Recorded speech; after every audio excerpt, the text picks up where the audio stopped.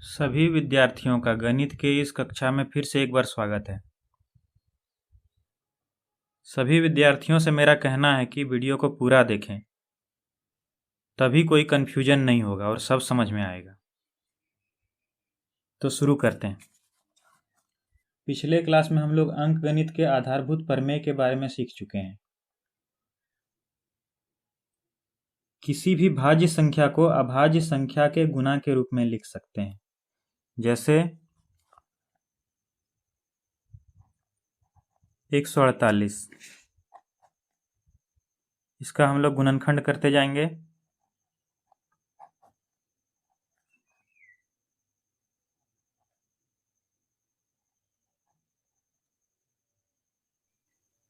तो हम लोग को मिला 148 बराबर 2 गुने 2 गुने 37, या फिर इसे हम लिख सकते हैं 2 पर पावर 2 गुने 37। तो आज हम लोग सीखने वाले हैं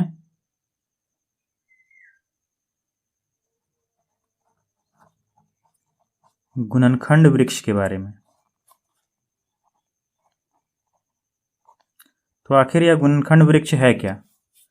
तो गुणनखंड निकालने का यह एक विधि है। तो इसे हम लोग समझते हैं। समझने के लिए एक उदाहरण लेते हैं, जैसे 140 लेते हैं।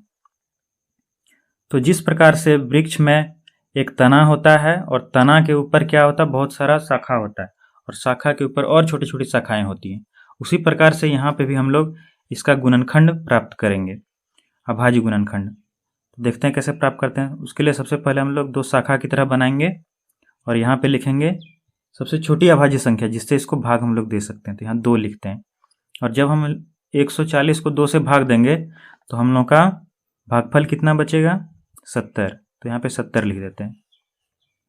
फिर से यह तो अभाज्य संख्या मिल गया, इसलिए इसको हम भाग नहीं दे सकते हैं, लेकिन यहाँ पे जो 70 है इसको फिर से हम लोग 2 से भाग दे सकते हैं। तो 2 से जब हम इसको भाग देंगे तो यहाँ पे बचेगा 35। फिर यहाँ पर यह जो 2 है वो अभाज्य है, यहाँ पे 35 को हम लोग फिर से भाग देते हैं। लेकिन अब की बार यहाँ पे हम लोग 2 से नहीं दे सकते हैं, क्योंकि 35 जो है वो 2 से भाग नहीं लगेगा।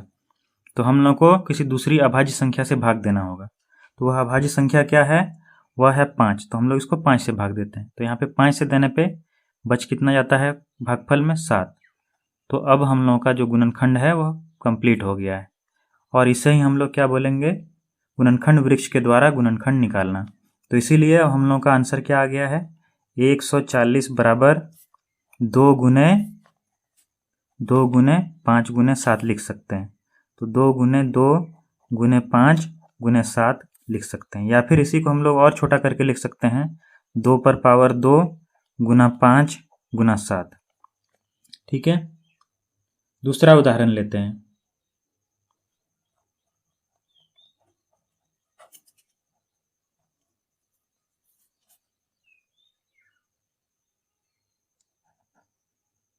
अड़तालीस लेते हैं। इसको भी सेम तरीके से हम लोग हल करेंगे। तो सबसे पहले 2 से भाग देते हैं, तो भागफल आ गया 24। फिर 24 को हम लोग 2 से देंगे तो आ जाता है भागफल 12। और फिर इस 12 को 2 से देंगे तो यहाँ पे 6 आ जाएगा, और फिर 6 को 2 से देंगे, 48 को 2 से देने पे 24 आ गया, 24 को 2 से देने पे 12 आ गया, 12 को फिर 2 से देने पे 6 आ गया, और फिर 6 को फिर 2 से देंगे तो 3 आ जाएगा। तो इसीलिए हम लोग लिख सकते हैं 48 बराबर 2 गुने 2 गुने 2 गुने 2 गुने 3। ये हो गया 2 गुने 2 गुने 2 गुने 2 गुने 3, या फिर इसे हम लोग लिख सकते हैं शॉर्ट में 2 पर पावर 4 गुना 3।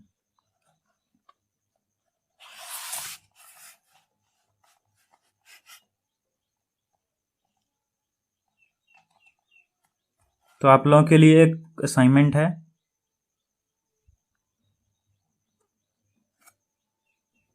156 का गुणनखंड वृक्ष की मदद से गुणनखंड अभाज्य गुणनखंड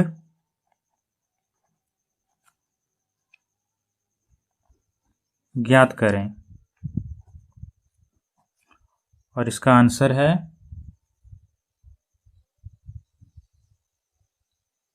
2 पर पावर 2 गुने 3 गुने 13। तो इसे स्वयं से करके देखें कि हो रहा है कि नहीं हो रहा है।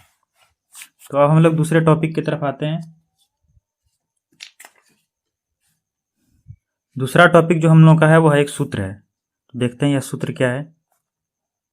सूत्र, मान लेते हैं कि हमारे पास दो संख्या है, तो दो संख्याओं का हम लोग एलसीएम निकाल सकते हैं, एचसीएफ निकाल सकते हैं। सूत्र है प्रथम संख्या गुना दूसरी संख्या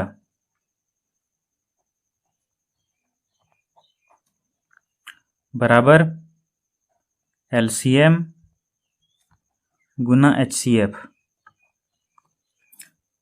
तो इसे हम लोग चेक करने के लिए उदाहरण लेते हैं।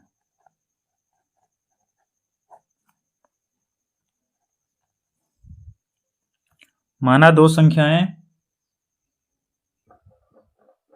12 और 18 है, तो इन दोनों का हम लोग एलसीएम निकालते हैं। एलसीएम कैसे निकालेंगे? 12 लिखेंगे, फिर 18 लिखेंगे, फिर इस प्रकार से आधा आयत हम लोग देते हैं और सबसे छोटी अभाज्य संख्या से भाग देते हैं। 2 से भाग देने पे यहाँ 6 आ गया, यहाँ पे 9 आ गया। अब की बार हम लोग दोनों को 2 से नहीं दे सकते हैं, क्योंकि 2 से सिर्फ यही एक अकेला भाग लगता है और 9 नहीं लगता है। और एलसीएम निकालने में हम लोग क्या ध्यान रखते हैं कि कम से कम 2 संख्या जो है किसी दिया हुआ अभाज्य संख्या से भाग लगना चाहिए। तो यहाँ पे एक ही लग रहा है, तो इसीलिए अब की बार हम लोग 3 से देते हैं, क्योंकि 3 से 6 भी लग जाएगा, 9 भी लग जाएगा।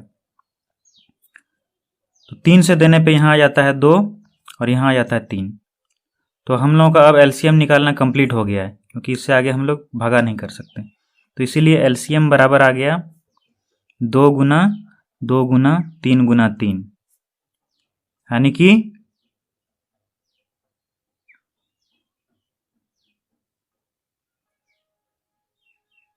36। अब एचसीएफ निकालते हैं।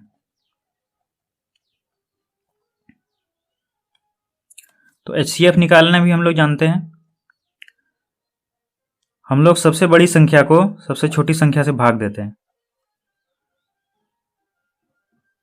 तो भाग देने पे एक घर में यहाँ पे 12 आ गया, फिर घटा करने पे कितना आता है? 6 शेषफल बच गया। अब दूसरे चरण में हम लोग क्या करेंगे? यह जो शेषफल है इसको भाजक बनाएंगे और 12 को भाज्य बनाएंगे और फिर से भागा देंगे। इस बार 6 को 2 का पहाड़ा पढ़ने से 12 आ जाता है और घटाने पर 0 हो गया। तो अंतिम जो भाजक है वह कौन सा है? 6 है, इसीलिए एचसीएफ हो गया 6। अब हम लोग इस सूत्र को चेक करते हैं, यह जो सूत्र है इसका पालन हो रहा है कि नहीं हो रहा है। तो इसके लिए हम लोग लिखेंगे प्रथम संख्या 12 गुना दूसरी संख्या 18, और इन दोनों का गुना करने पे हमें प्राप्त होता है 216 आता है 18 का गुना 12 से करने पर, यानी कि यह हो गया प्रथम संख्या गुना दूसरी संख्या बराबर इतना आया। अब की बार हम लोग एलसीएम गुना एचसीएफ करते हैं। तो एलसीएम हम लोग का आया है 36 और एचसीएफ आया है 6। तो इन दोनों का गुना करने पे कितना आएगा देख लेते हैं।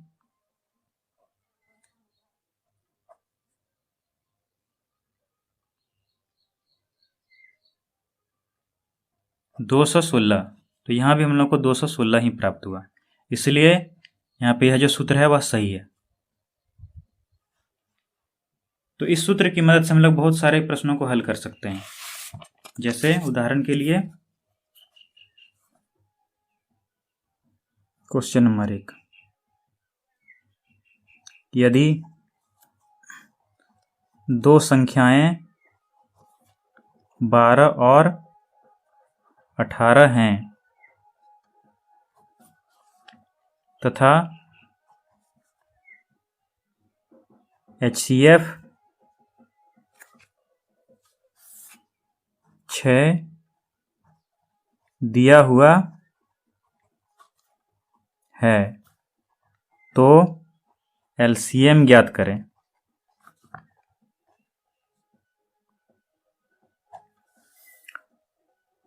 तो हम लोग सेम वही फॉर्मूला लगाएंगे, प्रथम संख्या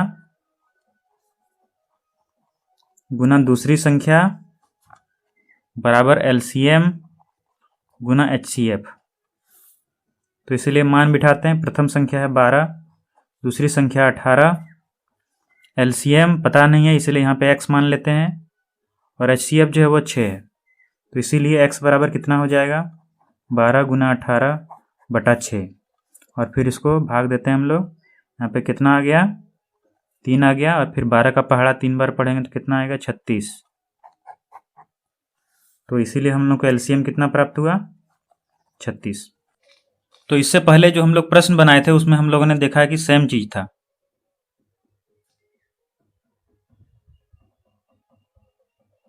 हम लोग दो संख्याएं 12 और 18 लिए थे, उसका LCM भी निकाले थे, HCF भी निकाले थे, और सूत्र की सत्यता का जांच किए थे। और यहाँ पे जो प्रश्न लिखे हैं वह भी सेम ही है, सिर्फ उसमें LCM नहीं दिया हुआ था, तो हम लोग LCM प्राप्त कर चुके हैं।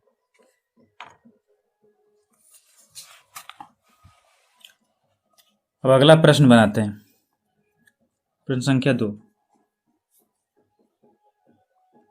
12 और 18 का अभाज्य गुणनखंड विधि द्वारा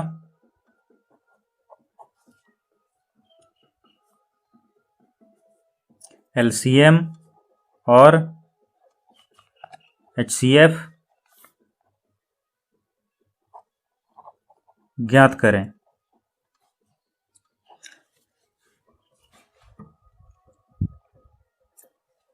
तो इसके लिए इन दोनों का अभाज्य गुणनखंड करते हैं। तो 12 का अभाज्य गुणनखंड करेंगे, पहले 2 से भाग देना होगा, 2 से देने पे यहाँ 6 आ गया, फिर 2 से दिए 3 आ गया। तो इसलिए हम लोग 12 बराबर लिख सकते हैं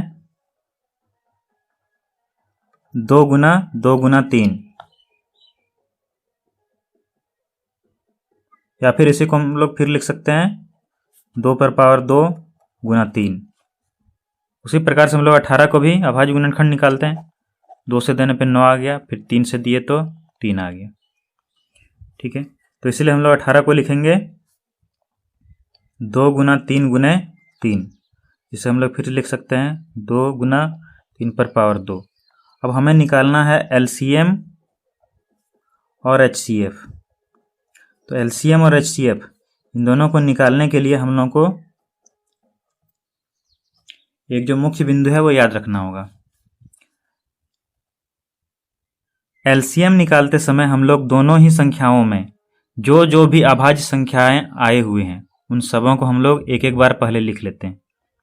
तो इन दोनों में कौन कौन सी अभाज्य संख्याएं आई हुई हैं, 2 और 3, यही है, और इसके अलावा कुछ नहीं है, ये दोनों लिखा गया।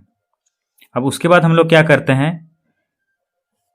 ये हर एक जो अभाज्य संख्या आया हुआ है इसमें सबसे अधिकतम पावर जो है, अधिकतम घात है, उसे हम लोग ढूंढते हैं। तो यहाँ पे कितना है, 2 अधिकतम घात है, यहाँ पे घात 1 ही है, तो हम लोग बड़ा वाला लेंगे, तो यहाँ पे 2 लिखते हैं। उसी प्रकार से इन दोनों में 3 में यहाँ पे 1 है, यहाँ पे 2 है, इसलिए यहाँ पे 2 लगाते हैं अधिकतम घात। तो इसलिए यह कितना हो गया, 4 गुने 9, और 4 गुने 9 कितना होता है, 36। तो हम लोग पहले भी देख चुके हैं, उत्तर हम लोगों का LCM में 36 ही आया था। अब HCF देखते हैं। HCF में हम लोग क्या करते हैं, इन दोनों में जो उभयनिष्ठ होता है अभाज्य संख्या उसी को हम लोग लिखते हैं। तो इन दोनों में 2 जो है सो उभयनिष्ठ है, और कुछ है क्या, और है 3 भी उभयनिष्ठ है। और इसमें हम लोग क्या करते हैं, सबसे कम पावर जिसमें है उसी को हम लोग लेते हैं। तो इन दोनों में सबसे कम पावर किसका है, 2 का।